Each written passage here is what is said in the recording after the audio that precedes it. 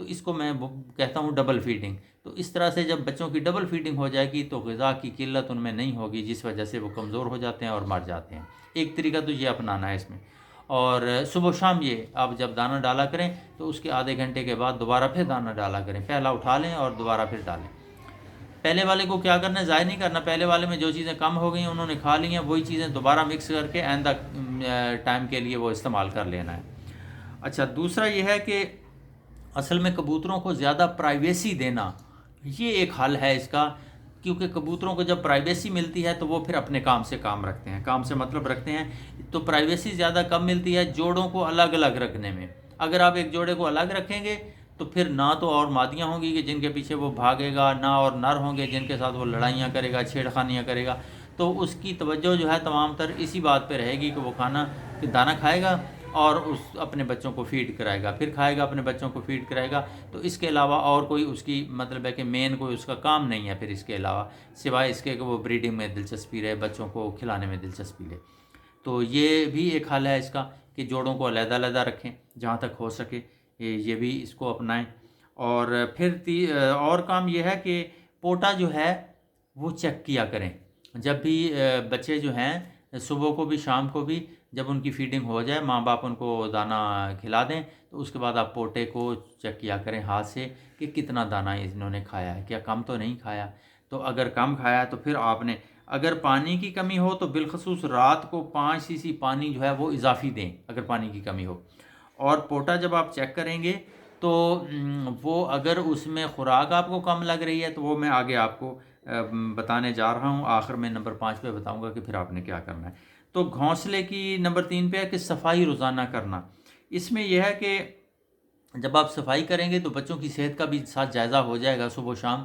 تو اس میں یہ ہے کہ تازہ تنکے رکھیں گے، پہلے آلودگی والے بیٹیں وغیرہ نکال کے اٹھا کے. اس میں یہ ہو جاتا ہے جو فائدہ ہے کہ آپ کو 2 باتوں کا پتہ چل جاتا ہے. ایک یہ کہ کیا ان کے گھونسلے میں کوئی کیڑے مکوڑے، کوئی ٹڈے، کوئی اس طرح کی کوئی چیز تو نہیں پیدا ہو رہی جو ان کو نقصان پہنچائے، تو یہ بھی آپ چیک کر لیتے ہیں. اور دوسرا یہ ہے کہ اگر ان کو پیچش لگے ہوتے ہیں تو گھونسلہ چیک کرنے سے یہ بھی چیک ہو جاتا ہے، چونکہ پیچشوں سے ان کا گھونسلہ جو ہے نا آلودہ اتنا ہو جاتا ہے، وہ پانی والی بیٹیں کرتے ہیں دور تک، لمبی لمبی دور تک، تو وہ سارا گھونسلہ جو ہے نا آلودہ اس سے کر دیتے ہیں.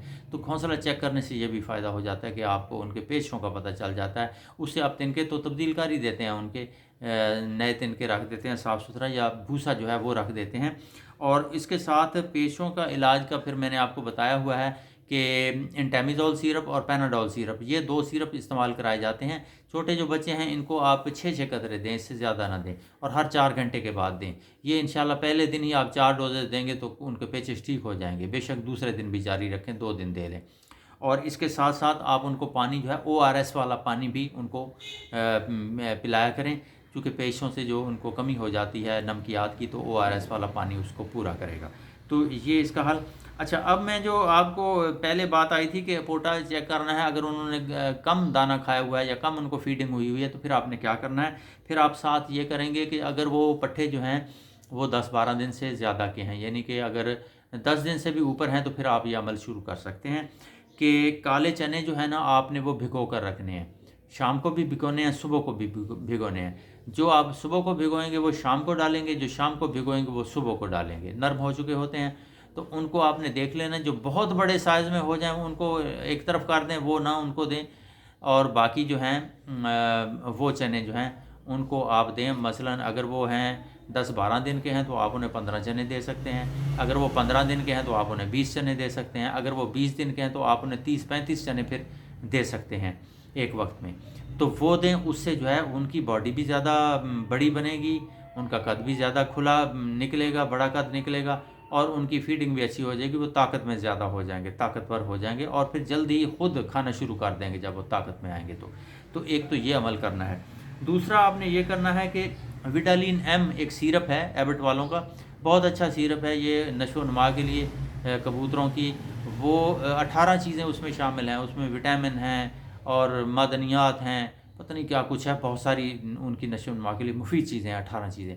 تو آپ نے اس وٹالین ایم جو سیرپ ہے اس کے 6 قطرے آپ نے صبح کو دینے ہیں بچے کو، جو چھوٹے بچے ہیں، اور 6 قطرے شام کو دینے ہیں. تو اس سے بھی ان کی نشو و نما میں بہت فرق پڑتا ہے، ان کی نشو و نما بہت بہتر ہوتی ہے پھر۔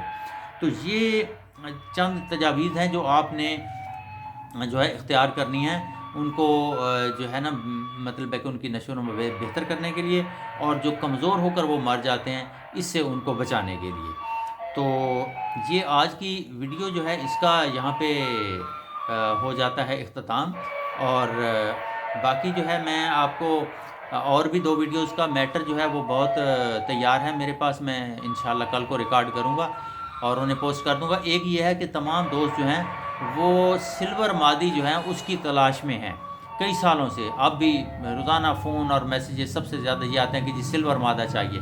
تو سلور مادہ حاصل کرنے کا طریقہ یہ میں آئندہ ویڈیو میں آپ کو بتاؤں گا، جو سب سے زیادہ ڈیمانڈڈ ہے، سب سے زیادہ ضرورت ہے جس چیز کی شوقینوں کو، وہ ہے سلور مادہ۔